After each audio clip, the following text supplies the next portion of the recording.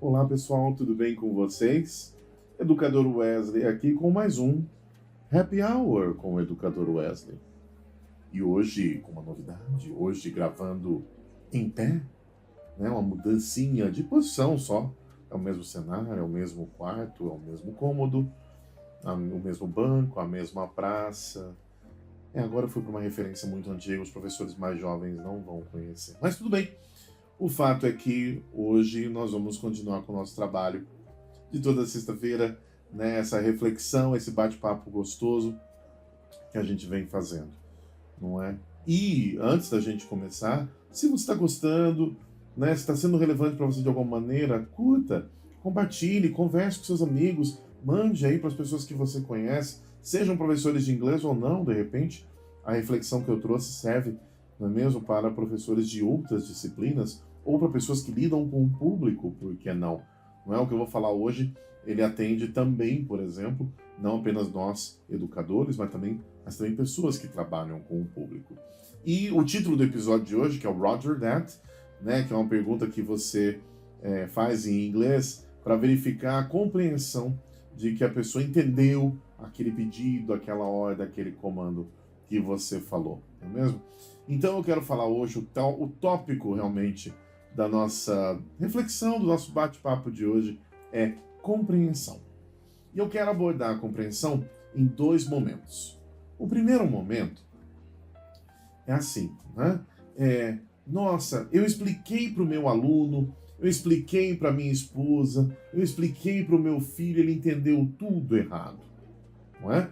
Isso acontece com alguma frequência com algumas pessoas, né? Com maior frequência com outras. Às vezes isso pode estar atrelado também à nossa comunicação. Será que eu estou me comunicando direito? Será que na hora de explicar o processo para fazer alguma coisa, será que eu não me perco nos detalhes, ao invés de ser um pouco mais objetivo, um pouco mais direto ao ponto? Essa é uma autoanálise importante quando eu estou explicando algo para alguém, que eu vá ao ponto, que eu fale o que precisa ser falado naquele momento. Às vezes, nós trabalhamos com educação, a gente fica um pouco ansioso, né? E aí vai explicar algo mais simples para o nosso aluno, e quando você vê, está colocando elementos que ele vai ver só lá na frente, né? E que de repente acabaram só atrapalhando o seu trabalho de explicação neste momento. Mas a dica que eu quero trazer para vocês é o seguinte: quando a gente trabalhar com a explicação de algum conteúdo, pode ser a disciplina que for, gente, existe uma maneira muito simples de nós avaliarmos de uma maneira interessante o quanto realmente o aluno compreendeu de fato aquilo que nós passamos. E você pode, mais uma vez, usar isso também até mesmo na sua vida pessoal, na sua vida particular. Se você já foi em algum restaurante e você teve um momento triste ou chato de fazer um pedido e te entregarem outra coisa, você vai entender bem o que eu estou falando. Bons garçons, boas garçonetes, cometem poucos erros. E por que eles cometem poucos erros? Porque eles têm uma memória prodigiosa? Não. Porque eles fazem um processo muito simples que evita a grande maioria dos erros. Preste atenção que um garçom bom, uma garçonete boa, depois de anotar o pedido da mesa toda, todo mundo pediu, eu quero refrigerante, eu quero tal tipo de comida, eu quero isso, eu quero aquilo. Depois que todo mundo falou, o garçom anotou tudo, a garçonete anotou tudo, aí ela olha, bom, então tá bom. Então você quer um lanche, blá blá blá blá blá, com uma bebida, blá blá blá. Isso. Você quer um bife acebolado com... Isso. Ele vai conferindo. Ela vai confirmando com todos da mesa que realmente é aquilo que a pessoa quer. Veja bem, a pessoa já tinha falado o pedido, mas o garçom, a garçonete, anotou e buscou a confirmação. Então veja que o garçom, a garçonete não perguntou, você entendeu? Então, às vezes, quando nós estamos dando aula, quando nós estamos explicando algo para o nosso marido, para nossa esposa, nosso namorado, para nosso namorado, para o filho, para a filha, não importa, para alguém que vai fazer um serviço em casa, é muito comum a gente verificar se a pessoa entendeu ou não, ou buscar verificar se a pessoa entendeu ou não, perguntando, você entendeu? Gente, Essa pergunta, você entendeu? Ela tem tanto valor quanto a pergunta, tudo bem? Normalmente é uma pergunta retórica. Via de regra, quando você entra numa loja e alguém te pergunta, tudo bem? Você não vai contar a história da sua vida. Nossa, tá ruim, rapaz, bati o carro, nossa, tô com problema em casa, tá faltando dinheiro. Não. Por mais problema que você esteja vivendo, quando alguém te pergunta em uma loja, oi, tudo bem? Você fala tudo. É retórico. Quando você pergunta para um aluno, para alguém, você entendeu? A pessoa, por defesa, ela vai dizer, entendi. Por defesa. Porque ela não quer parecer idiota. Como assim? Como assim você acha que eu não entendi? Eu sou tonto agora? Não entendo as coisas? Então, numa ação defensiva, a pessoa fala, eu entendi. Então, essa pergunta, você entendeu? Muito inócua, tem pouquíssimo resultado. O que tem resultado? Se você quer realmente verificar o quanto a pessoa entendeu daquilo, peça para ela reproduzir. Então, por exemplo, num cenário da sua casa, né?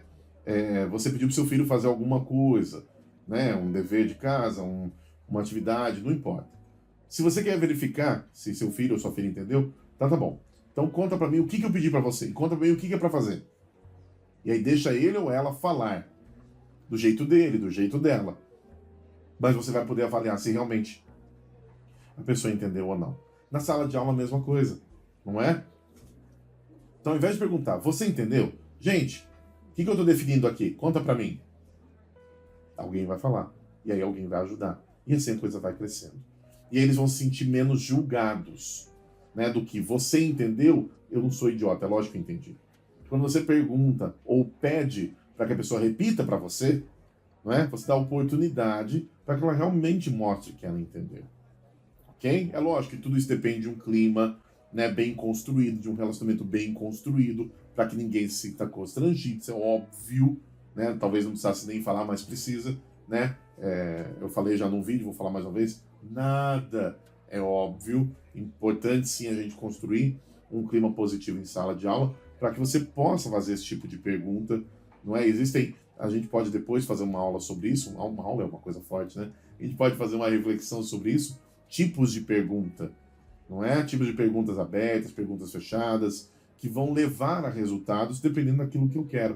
Não existe melhor ou pior. Existe a pergunta adequada para o resultado que eu quero. E para que eu tenha certeza que meu aluno, a minha aluna, pensando em sala de aula, entendeu de fato aquilo que eu expliquei, na verdade o mais ideal é pedir para reproduzir. Então conta para mim, o que a gente está fazendo aqui? Conta para mim, que passo que eu tenho que fazer agora? Né? Faz aquele jogralzinho. Né? Então aqui, o que a gente faz agora? Por exemplo, o exercício de matemática. Coloca lá um enunciado novo. Gente, vamos lá, vocês entenderam? Entendemos. Então tá bom. Ó, faz aqui comigo. Porque vocês entenderam, o coro vai ser entendemos.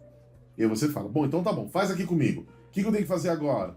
Esta reprodução vai ajudar muito na absorção do conhecimento e na compreensão de fato. Então esse é o primeiro ponto de compreensão que eu queria comentar com vocês. Evite perguntar, você entendeu? Peça para reproduzir, tá? Funciona muito melhor. Segundo ponto de compreensão que eu gostaria de conversar com vocês. Nós estamos falando aqui com professores, com educadores, eminentemente. Talvez pode ter alguém assistindo esse vídeo que não seja educador. Talvez não de educador como professor, mas pode educar pessoas de alguma maneira. Isso é muito importante. Mas, ao longo da nossa realidade, ao longo da nossa vida, mesmo nós como educadores, talvez lá na adolescência, tínhamos características um pouco diferentes da que temos hoje. É muito comum, às vezes, uma pessoa ser um pouco mais tímida na adolescência e depois de adulto, ela acaba perdendo essa timidez por conta de uma circunstância ou outra, né, e se tornar uma pessoa um pouco mais extrovertida. Isso é bastante comum, não é? Porém, nós devemos nos lembrar que estamos atuando com pessoas não apenas introvertidas. Olhar não a característica negativa ou o que falta por ela ser introvertida. Não. Mas entender o seguinte. Quando, por exemplo, eu vou pedir um trabalho em grupo, é importante que eu tenha a compreensão de perceber qual é o potencial de cada um. E, de repente, no trabalho em grupo, nós vamos ter uma pessoa que vai falar muito bem. Mas nós vamos ter outra pessoa que tem horror a falar em público. Supostamente, um dos maiores medos do ser humano. Mas essa pessoa que tem horror a falar em público, essa pessoa faz um slide no PowerPoint que é fenomenal. O outro não entende nada de PowerPoint, tem medo de falar em público, mas redige o trabalho com uma boa maneira. O outro é um bom pesquisador. Sabe aquela coisa, né? Eu ia usar aqui uma referência antiga, mas depois vocês pesquisam, aquela coisa dos Power Rangers, né? Dos 5 heróis japoneses, que cada um deles contribui de alguma maneira para tornar possível salvar a cidade com a potencialidade de cada um, né? Chega um determinado momento no episódio onde eles se juntam, né? E a junção deles é que gera todo um resultado. E às vezes, nós professores, a gente está tão acostumado a pedir as coisas para os nossos alunos, tem que fazer seminário, tem que fazer trabalho em grupo, né? E tem que apresentar, não tenha medo de falar em público. Calma, vamos entender e vamos atuar nas potencialidades de cada um, né? Mais do que ficar focando no que a pessoa não sabe fazer, vamos ajudar, né? Essa compreensão de entender que cada um de nós tem muito a contribuir, mas na sua especificidade. Não é mesmo? Nós, por exemplo, que estamos aqui, né? Eu coloquei aqui educador, não é mesmo? A minha disciplina é o inglês, mas podemos ter professores de matemática, de língua portuguesa, de história, cada um tem algo a contribuir, não é mesmo? Então, essa compreensão de entender dentro da nossa sala de aula quais são as potencialidades que nós temos com determinados grupos de alunos. Olha, esse é um aluno que eu posso usar para me ajudar nisso. Na montagem, essa é uma sala que fazer grupo não funciona. Essa é uma sala que nós temos que trabalhar individual. Então, essa compreensão das diversas peculiaridades, ela é vital. E a rotina faz com que a gente perca isso em alguns momentos. Tá bom? Então, lembre-se sempre disso. Busque entender, busque compreender quais são as potencialidades na hora de pedir uma atividade. Não é mesmo? Então, da mesma maneira que eu falei, pode usar isso para a vida, pessoal. Entender, né, quem é a pessoa que tem a potencialidade de fazer aquilo na sua família, né? De repente, você tem um parente que, nossa, domina a churrasqueira. Então, por que não pedir para ele ou para ela, num evento de família, para assumir a churrasqueira? A pessoa fica super feliz, porque ela faz bem aquilo, não é? Então, entender essa potencialidade, ela é um convite a que a pessoa, o aluno ou fora da sala de aula, faça aquilo até mesmo com mais prazer, com mais alegria. E quando o contrário também acontece, é muito chato, né? Alguém te pede para você fazer uma coisa que você não gosta, que você não domina, que você não quer fazer, dificilmente vai sair bem feito. Talvez nós, adultos, no trabalho a gente faz por obrigação, mas mesmo fazendo por obrigação, em troca de um salário, em troca de alguma coisa nesse sentido, nós sabemos o quanto isso é ruim, né? Você chegar em casa e saber, nossa, eu fiz isso por, né, obrigatoriedade, eu não fiz isso porque é o que eu gosto de fazer. Nem sempre a gente pode fazer o que gosta, é claro, mas por que não pensar, né, em disponibilizar isso, por exemplo, para os nossos alunos, quando for possível, sim, né? Ajudá-los a se organizar nesse sentido. Eles são jovens, eles não entendem às vezes que dá para fazer isso, né? Nem todo mundo apresenta, né? Um apresenta, o outro monta, o outro faz o PowerPoint, o outro imprime, e assim a gente compõe, né, esse Power Rangers, né, da educação, mas na verdade juntando todas as potencialidades de cada um para que a gente chegue no melhor resultado, tá bom? Então as duas dicas desta semana, da nossa reflexão, todas as duas delas voltadas para compreensão. Primeiro, verificar se a pessoa entendeu o que você falou, pedindo para que ela reproduza e não perguntando se ela entendeu, porque não vai ter resultado nenhum. E segundo, a compreensão no sentido de entender que as pessoas têm potencialidades diferentes e que nós podemos ser muito felizes de oferecer a essa pessoa uma oportunidade de trabalhar na sua potencialidade. Tá certo? Gente, por hoje é isso. Muito, muito, muito obrigado pela participação de vocês. Curtam, compartilhem, comentem, deixem sugestão de tema, tá certo? Tô ansioso para ver aí sugestões de tema vindo de vocês, vai ser muito legal, né? Na hora que eu puder falar, olha, né, o nosso ouvinte é muito antigo, né? O nosso telespectador, Arlindo Orlando, quem entendeu a referência sabe, né? Pediu para falar sobre tal tema, olha que legal. Vai ser muito gostoso isso, e vai ser mais uma troca de experiência. tá bom?